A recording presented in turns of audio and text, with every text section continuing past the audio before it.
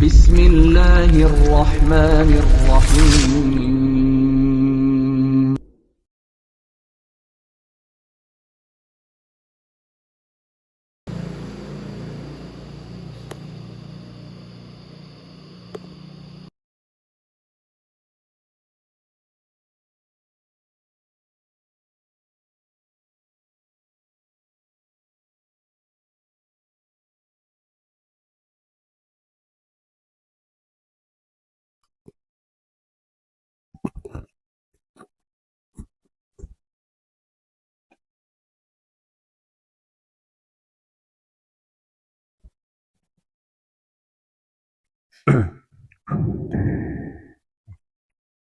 Assalamualaikum warahmatullahi wabarakatuh.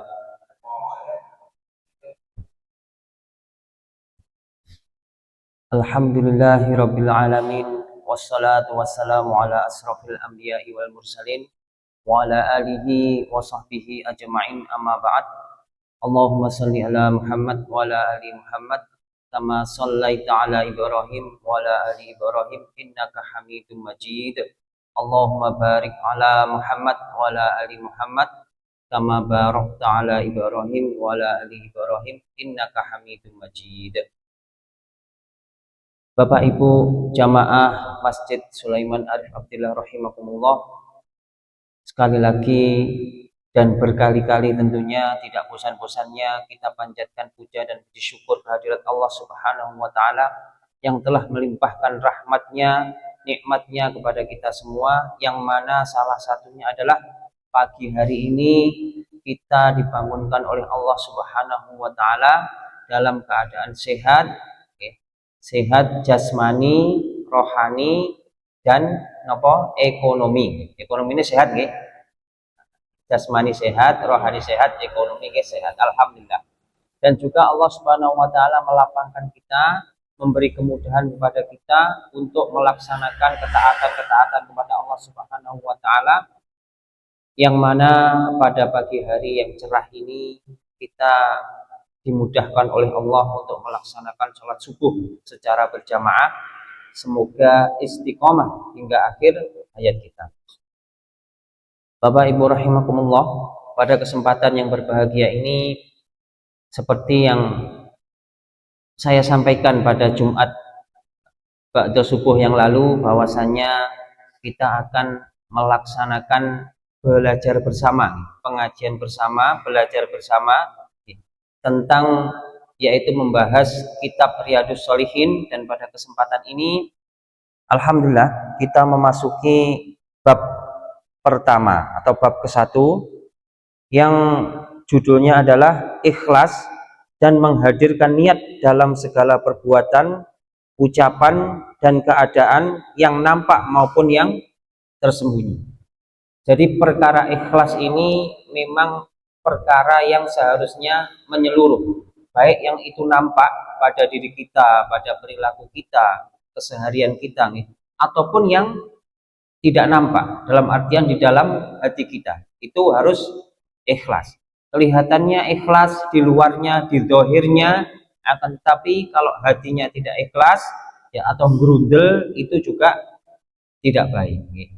Harus ikhlas kedua-duanya. Jadi hatinya juga ikhlas, gitu. Perilakunya atau tindakannya juga harus ikhlas lillahi ta'ala. Bapak Ibu rahimakumullah, pada bab ini, yaitu dalam surat Al-Bayyinah ayat kelima, Allah Subhanahu wa taala berfirman, A'udzu billahi minasyaitonir rajim. Bismillahirrahmanirrahim. Wa ma umiru illa liya'budullaha mukhlishina lahuddin hunafa'a wa yuqimus sholata wa yu'tuz zakata wa dzalika dinul qayyimah. Yang artinya, padahal mereka tidak disuruh kecuali supaya mereka menyembah Allah dengan memurnikan ketaatan kepadanya dalam menjalankan agama dengan hanif, dan supaya mereka mendirikan sholat dan menunaikan zakat, dan yang demikian itulah agama yang lurus. Maksudipun apa? Bahwasanya Allah Subhanahu wa taala itu memerintahkan atau menyuruh ya kita untuk beribadah untuk beribadah kepada Allah Subhanahu wa taala kecuali supaya napa niku menyembah Allah dengan memurnikan. Maksudipun murni hanya menyembah Allah, hanya untuk Allah, tidak karena manusia ataupun karena hal-hal yang lain. Bukan untuk karena suatu benda atau mungkin sungkan karo tonggone atau mungkin pengen di nopo niku di dicap nopo niku mboten, tapi murni karena Allah Subhanahu wa taala. Itulah yang disebut dengan ikhlas. Berikutnya di dalam firman Allah ya, surat Al-Hajj ayat 37 Allah Subhanahu wa taala berfirman, A'udzu billahi minasyaitonir rajim. Bismillahirrahmanirrahim. La yanalallaha luhumuha wala dima'uha walakin yatanaluhu taqwa minkum. Yang artinya daging-daging unta dan darahnya itu sekali-kali tidak dapat mencapai keridhaan Allah, tetapi ketakwaan dari kamulah yang dapat mencapainya. Bapak Ibu rahimakumullah, ini berkaitan dengan korban yang insya Allah kurang lebih 2 bulan ya, 2 bulan lagi kita akan memasuki hari raya kurban atau Idul Adha. Jadi di dalam ayat ini, dalam surat Al-Hajj, Allah Subhanahu wa taala berfirman bahwasanya hewan sembelihan kita atau daging-dagingnya atau darah-darahnya, daging yang kita bagi-bagi itu yang napa niku jumlahnya sangat banyak, bisa jadi berapa ekor ngoten nggih. Itu sekali-kali tidak akan sampai kepada Allah Subhanahu wa taala. Jadi dagingnya itu sekali-kali tidak akan sampai kepada Allah Subhanahu wa taala. Bukan dagingnya, Allah nggak perlu dagingnya. Darahnya, Allah nggak perlu darahnya. Tetapi ketakwaan kalianlah yang akan sampai kepada Allah Subhanahu wa taala. Karena manut kita, karena taat kita kepada Allah Subhanahu wa taala, itulah yang akan sampai kepada Allah Subhanahu wa taala. Karena kita berkorban ya atau menyembelih sesuatu, sembelihan-sembelihan kita hanya diperuntukkan untuk Allah Subhanahu wa taala. Nggih, memang Bapak Ibu rahimakumullah, kita membagi daging atau membagi harta kita kepada sesama, kepada tetangga, kepada sesama muslim, kepada orang-orang yang membutuhkan, itu baik, memang itu baik. Akan tetapi hal-hal semacam itu harus kita niatkan, kita membantu orang lain, kita membantu saudara kita ya, itu karena Allah memerintahkan kita seperti itu. Karena Allah memerintahkan kita seperti itu.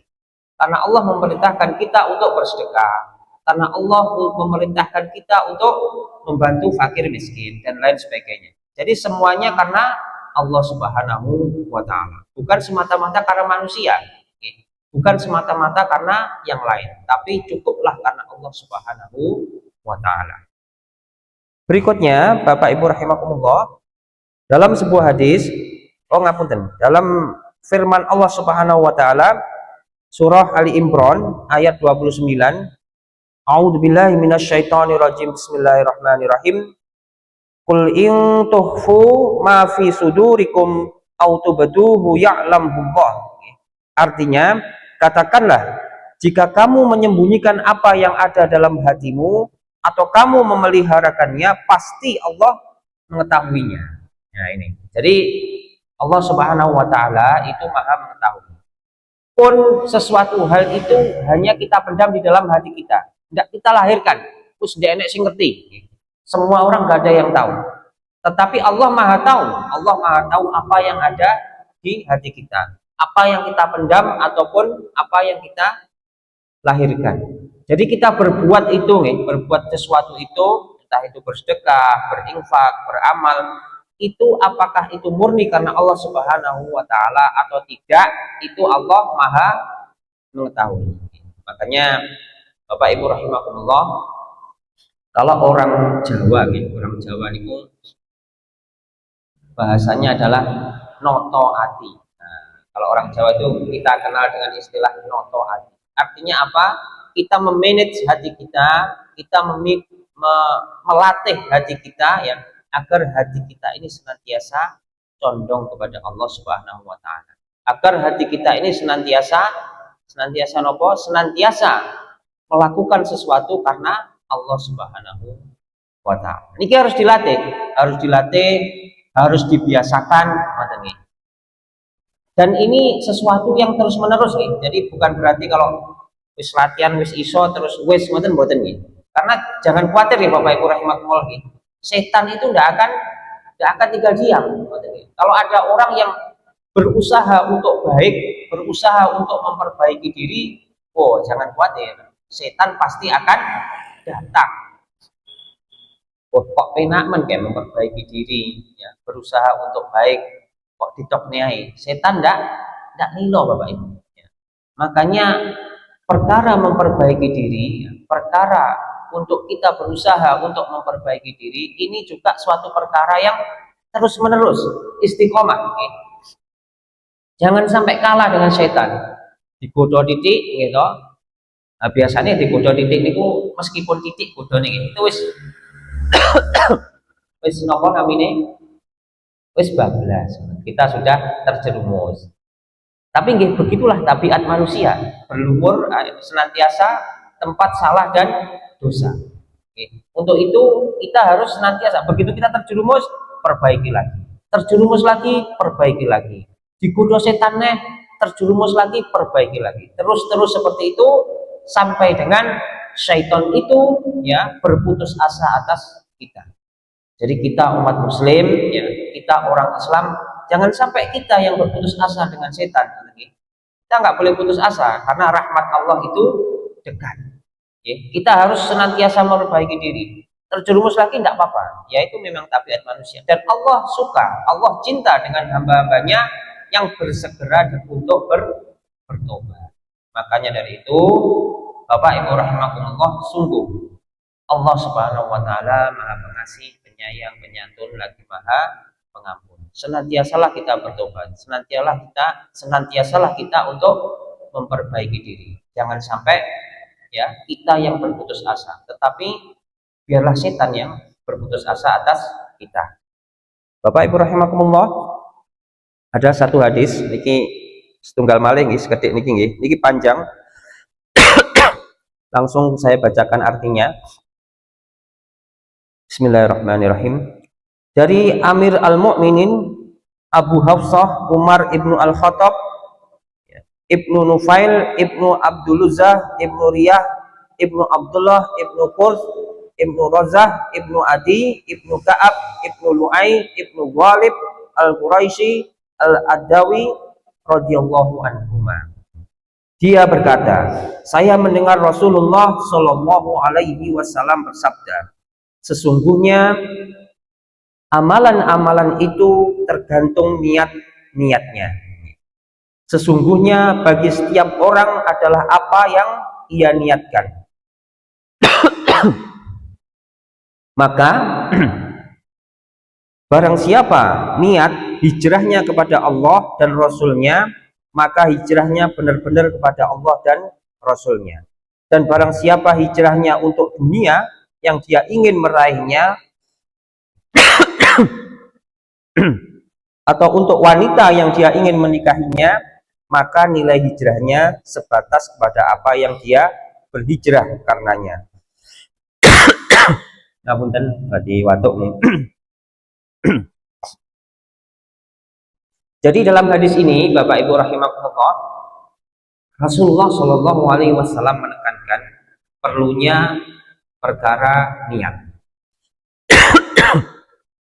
Karena segala sesuatu yang kita lakukan itu diawali dengan niat. Dan niat itu nggak mesti terucap dengan lisan gitu. Nggak mesti terucap usolli fardhu napa mboten. Karena niat itu adalah sesuatu yang terbetik di dalam hati kita. Nggak ada yang tahu, nggak ada yang tahu. Niat itu adalah sesuatu urusannya dengan hati. Kita misalnya kita mau pergi suatu tempat, itu sebenar-benarnya kita ke sana itu mau apa, itu yang tahu adalah kita sendiri. Karena itu terbetik di dalam kita. Saya mau ke Surabaya karena apa? Karena pengen mengunjungi saudara kita, saudara sayang. Nah, itu terpetik di dalam hati kita atau hati saya. Itulah yang disebut dengan niat. Kita datang ke masjid, ya, itu apa yang terpetik di dalam hati kita, nah, itulah niat. Kita datang ke masjid, apa memang terpetik di dalam hati kita karena memang ingin sholat, atau memang ingin menuntut ilmu, atau mungkin ingin naudzubillah min dzalik, pengen tidur. Nah, itu apa yang terpetik di dalam hati kita. Itulah niat yang sesungguhnya. Ini buatan kenging dihapusi, karena yang terpetik di dalam hati kita itulah yang sesungguhnya. Dan Allah Subhanahu wa Ta'ala itu maha tahu apa yang kita lahirkan ataupun yang tersembunyi. Dan di dalam hadis ini, di waktu dulu, ya, di zaman dahulu, di zaman Rasulullah Shallallahu Alaihi Wasallam berhijrah, itu para sahabat sudah diwanti-wanti, diingatkan oleh Rasulullah Shallallahu Alaihi Wasallam bahwasanya berhijrahlah kalian, ya, lakukanlah sesuatu karena Allah dan Rasulnya. Karena para sahabat zaman dulu bisa jadi mereka berhijrah itu karena dunia, karena mungkin jodohnya atau calon istrinya berada di Madinah, sehingga dia berhijrah ke Madinah untuk apa?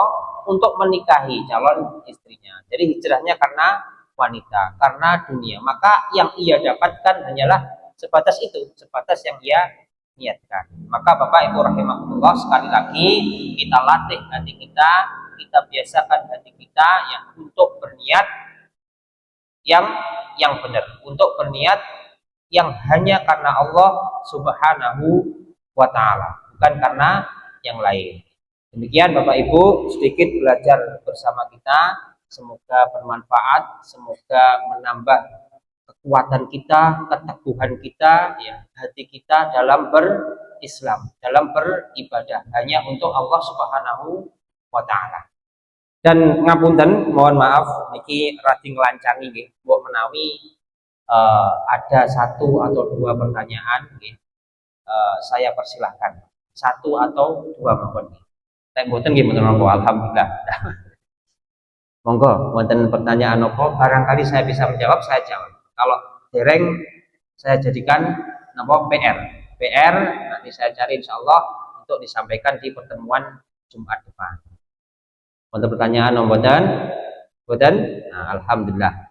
Oke, demikian pembelajaran bersama kita pada Jumat waktu subuh pagi ini. Semoga Allah Subhanahu wa Ta'ala merahmati kita, memberkahi kita, menjaga kita, membimbing kita, melindungi kita, meridhoi kita di setiap langkah kita di dunia ini dan di akhirat kelak. Ada kurangnya saya mohon maaf. Mari kita tutup dengan doa kafaratul majelis. Subhanakallahumma wa bihamdika asyhadu an la ilaha illa anta astaghfiruka wa atubu ilaik. Wassalamualaikum warahmatullahi wabarakatuh.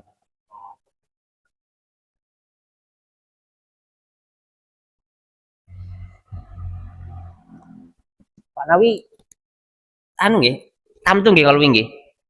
Oh nggih, mengke insyaallah Sabtu kula anu teng Karanganyar. Nggih mengke kula betakaken insyaallah. Mari kita sik gede-gede badhe kula kan ngirim kok sungkan kula.